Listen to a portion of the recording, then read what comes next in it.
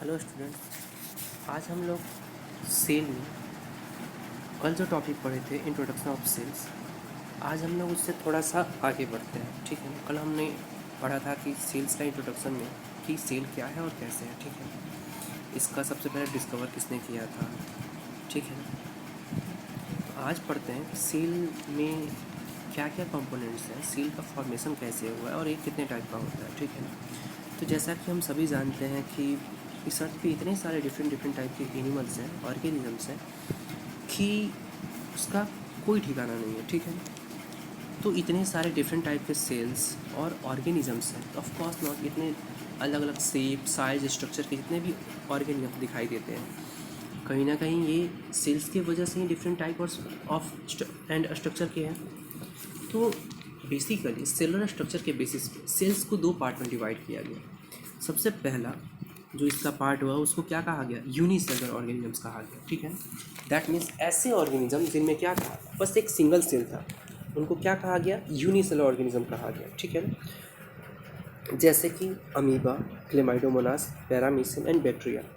ठीक है ना, जैसे कि यहाँ पे दिया गया single celled many constitutes a whole organism as in amoeba, chlamydomonas, paramecium, bacteria.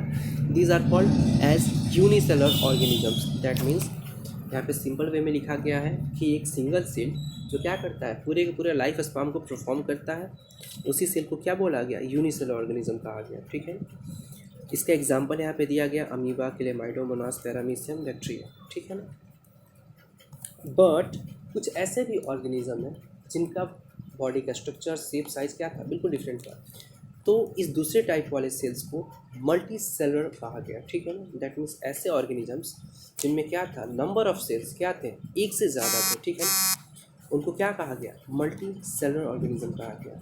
इसका एग्जाम्पल अगर देखा जाए तो जैसे हम लोग ह्यूमन बींग्स में बाघ, शेर, कुत्ता, बिल्ली, एवरीथिंग, इवन प्लांट्स भी क्या होता है, मल्टी सेलुलर ऑर्गेनिज्म होता है। ठीक है ना, तो प्लांट्स को भी इसमें कंसिडर किया जा सकता है। ये तो रहा सेल का टाइप। ठीक है, अब जानते हैं कि जैसा कि हम लोग सभी जानते हैं, ठीक है, कि इस अर्थ पे इतने सारे ऑर्गेनिजम्स हैं।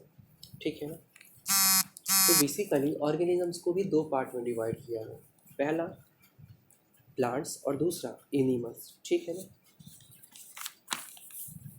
तो प्लांट्स और एनिमल्स के बेसिस पे क्या किया गया, ऑर्गेनिज्म को भी डिवाइड किया गया। ठीक है ना, तो सेल्स को इस बेसिस पे क्या किया गया, दो सेल्स में डिवाइड किया गया।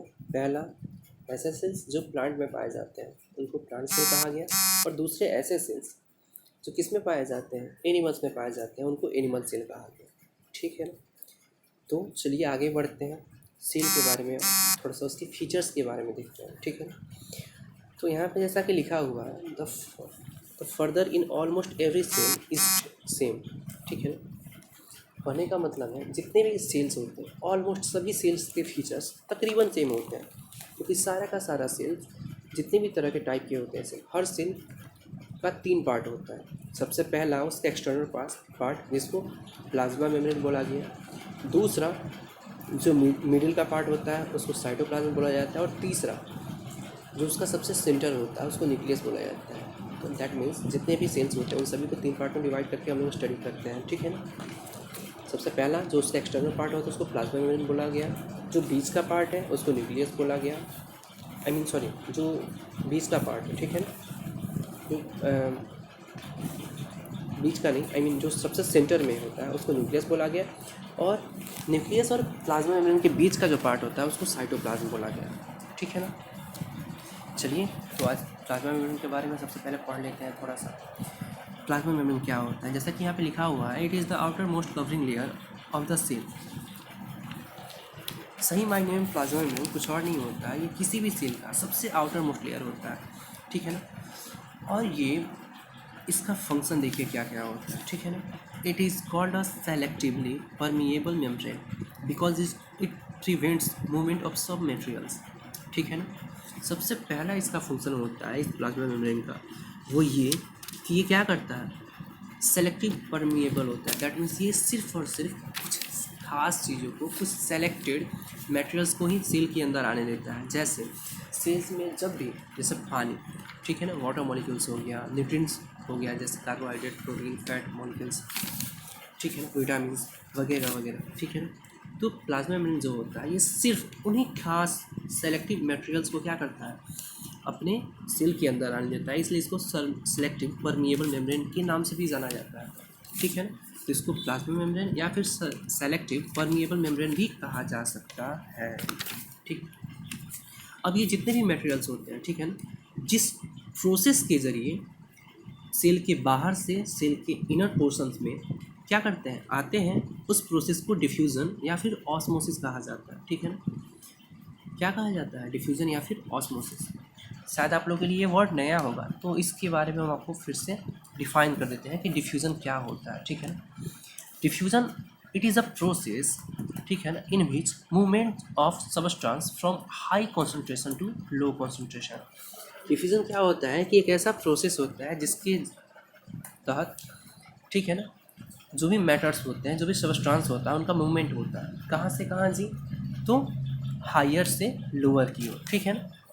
हायर कॉन्सेंट्रेशन से लोअर कॉन्सेंट्रेशन की ओर क्या होता है, इनमें क्या होता है, सब्सटेंसेस का मूवमेंट होता है। इसका एग्जांपल अगर देखा जाए तो इसका सबसे अच्छा एग्जांपल हमारे बॉडी में खुद देखने को मिलता है जी, exchange of carbon dioxide and oxygen with external environment. जैसे कि हम लोग रेस्पिरेशन करते हैं, सांस लिए, ठीक है ना, ऑक्सीजन हमारे बॉडी के अंदर जाता है, तो ऑक्सीजन भी हमारे बॉडी के अंदर डिफ्यूजन के जरिए ही जाता है, क्योंकि हमारे बॉडी में जैसे ही, चूँकि हमारे बॉडी में क्या होता है, ऑक्सीजन का लो कॉन्सेंट्रेशन होता है और बाहर इन्वायरमेंट में ऑक्सीजन का क्या है, हाई कॉन्सेंट्रेशन है, जिसकी वजह से क्या होता है, हमारे सेल्स में डिफ्यूज़न होता है, तो ऑक्सीजन डिफ्यूज़ होकर कहाँ चला आता है, हमारे बॉडी पार्ट्स में। और अगेन हमारे बॉडी में जो CO2 बना रहता है, क्योंकि बाहर के इन्वायरमेंट में CO2 कम अमाउंट में होता है, लो कॉन्सेंट्रेशन में होता है, तो इसी प्रोसेस की वजह से क्या होता है, इंटरनल हमारे बॉडी के अंदर का CO2 बॉडी के बाहर क्या हो जाता है, डिफ्यूज़न के जरिए चला आता है, जैसा कि यहाँ पर हम लोग इस फिगर में समझ सकते हैं, ठीक है ना। अगला जो हमारा टॉपिक है वो क्या था, ऑस्मोसिस, ठीक है ना। तो डिफ्यूजन तो समझ में आया, आप जानते हैं कि ऑस्मोसिस क्या होता है, ठीक है ना। तो ऑस्मोसिस कुछ और नहीं होता है, it is a passage of water from the region of high water concentration to a region of low water concentration through a selective permeable membrane. तो सही मायने में अगर देखा जाए तो ऑस्मोसिस और डिफ्यूज़न में बहुत ज़्यादा का अंतर नहीं होता, दोनों का प्रोसेस सेम ही होता है। बस फ़र्क ऐसा है कि जहाँ डिफ्यूज़न में हम लोग गैसेस के एक्सचेंज को पढ़ते हैं, वहीं ऑस्मोसिस में सिर्फ और सिर्फ किसका एक्सचेंज होता है, तो वाटर मॉलिक्यूल्स का होता है, ठीक है ना। तो इसमें क्या होता है, वाटर मॉलिक्यूल्स का क्या होता है, एक्सचेंज होता है, ठीक है ना। कहाँ से कहाँ जी, तो वाटर मॉलिक्यूल का तुम्हारा एक्सचेंज होगा, ठीक है ना। पर यहाँ पे एक चीज़ गौर करने वाला है, जहाँ डिफ्यूज़न में क्या था, किसी ना किसी तरह के मेम्ब्रेन का यूज़ होता था नहीं ना, पर ऑस्मोसिस में हमेशा एक सेमी परमिएबल मेम्ब्रेन होना ज़रूरी है। जैसे कि यहाँ पे फिगर हम लोग देख रहे हैं कि यहाँ पे ये जो छोटा छोटा हम लोग को जो मार्क दिखाई दे रहा है, ठीक है ना, यहाँ पे जो हम लोग को ये जो मार्क दिखाई दे रहा है, जो एरो से जिसको दिखाया जा रहा है, ये ये ये ये ये क्या है, ये मार्क इसी चीज़ को दिखा रहा है, ठीक है ना। अब आगे बढ़ते हैं, तो यही हम लोग का क्या होता है, यही हम लोगों का सेमी परमिएबल मेम्ब्रेन होता है। तो यहाँ पे देख सकते हैं कि इस,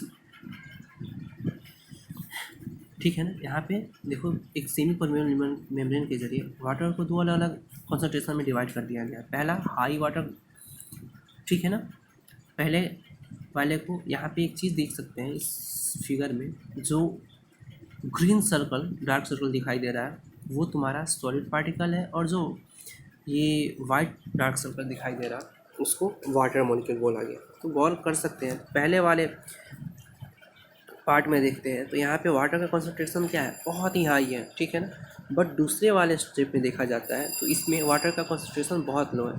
तो ऑस्मोसिस क्या बताता है जी, तो हाई कंसंट्रेशन से लोअर कंसंट्रेशन की ओर क्या वाटर का मूवमेंट ना।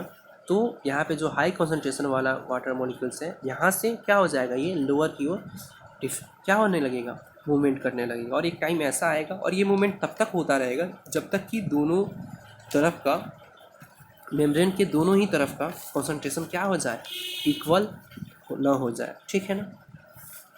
तो ऑस्मोसिस, ठीक है। अब यहाँ पे हम लोग जानते हैं कि सबसे पहले ये सीखते हैं कि सॉल्यूशन क्या होता है। यहाँ पे आप लोगों को यहाँ पे 3 चीज़ लिखा गया है, hypertonic solution, isotonic solution and hypertonic solution, ठीक है। तो शायद आप लोग सॉल्यूशन के बारे में अगर पहले पढ़े हो तो आपको पता होगा कि सॉल्यूशन क्या होता है ऐसी। तो किसी भी तरह के सॉल्यूशन का फॉर्मेशन बस 2 ही चीज़ से होता है, पहला सॉलिड पार्टिकल और दूसरा सॉल्वेंट, ठीक है ना। जो सॉलिड पार्टिकल होता है वो क्या होता है, सॉलिड फॉर्म में होता है, और जो सॉल्वेंट होता है वो लिक्विड फॉर्म में होता है। अगर इसको ईजिली समझा जाए तो सबसे इसका ईजी एग्जांपल हम बताते हैं। हम लोग के घर में तकरीबन सब कोई ऐसा नहीं होगा जो शरबत नहीं पिया हो, ठीक है ना। शरबत में हम लोग क्या करते हैं कि कुछ हिस्से पानी का लेते हैं और कुछ सम अमाउंट ऑफ क्या, वाटर शुगर के मॉलिक्यूल्स को लेते हैं, ठीक है। जैसे 1 गिलास पानी ले लिए, उसमें 2 चम्मच चीनी डाल दिए, तो यहाँ पे जो पानी है वो किस तरह वर्क करेगा, सॉल्वेंट कहलाएगा, ठीक है ना। और ये जो 2 चम्मच चीनी हम लोग डालें, ये यहाँ पे चीनी क्या हो जाएगा, सॉल्वेंट हो जाएगा। और इसके बाद जो मटेरियल हमको मिला, दोनों को मिक्स करने के बाद जो सॉल्यूशन हमको मिला उसी को सॉल्यूशन बोला जाता है, ठीक है। दैट मीन्स किसी भी तरह के सॉल्यूशन को फॉर्म करने के लिए, बनाने के लिए 2 ही चीज़ ज़रूरी है, सबसे पहला सॉलिड पार्टिकल और दूसरा सॉल्वेंट, ठीक है। यहाँ पे सॉल्यूशन को बताया गया है कि सॉल्यूशन 3 तरह के होते हैं, ठीक है ना। कौन कौन से, तो पहला जो सॉल्यूशन का टाइप होता है उसको हाइपरटोनिक सॉल्यूशन बोला गया, दूसरा जो होता है उसको आइसोटोनिक बोला गया, और तीसरे वाले को हाइपरटोनिक बोला गया, ठीक है ना। अब बारी बारी से समझते हैं कि हाइपरटोनिक सॉल्यूशन क्या होता है। यहाँ पे इजीली लिखा हुआ है कि the cell gains water if the medium surrounding the cell has a higher water concentration than the cell, ठीक है ना। जब क्या किया जाता है, सेल गेन करता है वाटर को, ठीक है ना। कैसे मीडियम से जी, तो अगर सेल के बाहर हायर वाटर कंसंट्रेशन है और सेल के अंदर क्या है, लोअर कंसंट्रेशन है, तो सेल के बॉडी के बाहर से सेल के अंदर, सेल के अंदर वाटर मॉलिक्यूल्स का आना क्या कहलाएगा, ऐसे सॉल्यूशन को क्या कहा जाएगा, हाइपोटोनिक सॉल्यूशन कहा जाएगा, ठीक है ना। दूसरा जो है उसको आइसोटोनिक सॉल्यूशन इसको बोलते हैं। The cell maintains the same water concentration as the cell water crosses the cell membrane in both directions. कहने का मतलब है कि यहाँ पे बताया जा रहा है कि यहाँ पे 2 तरह के सॉल्यूशन होंगे, एक सेल के बॉडी के बाहर और एक सेल के अंदर, ठीक है। तो आइसोटोनिक सॉल्यूशन में क्या होता है कि जब सेल के बॉडी के बाहर और सेल के अंदर दोनों ही तरफ कंसंट्रेशन क्या हो, सेम हो, ठीक है ना। दोनों ही तरफ क्या हो, वाटर मॉलिक्यूल्स का क्या हो, एक्सचेंज हो, तो इस तरह के सॉल्यूशन को आइसोटोनिक सॉल्यूशन कहा जाता है, ठीक है ना। और सबसे अंतिम वाला जिसको हाइपरटोनिक सॉल्यूशन बोला जाता है, तो उसमें लिखा गया है the cell loses water. Cell क्या करता है, अपने बॉडी के इनर पोर्शन से वाटर को लूज़ करता है।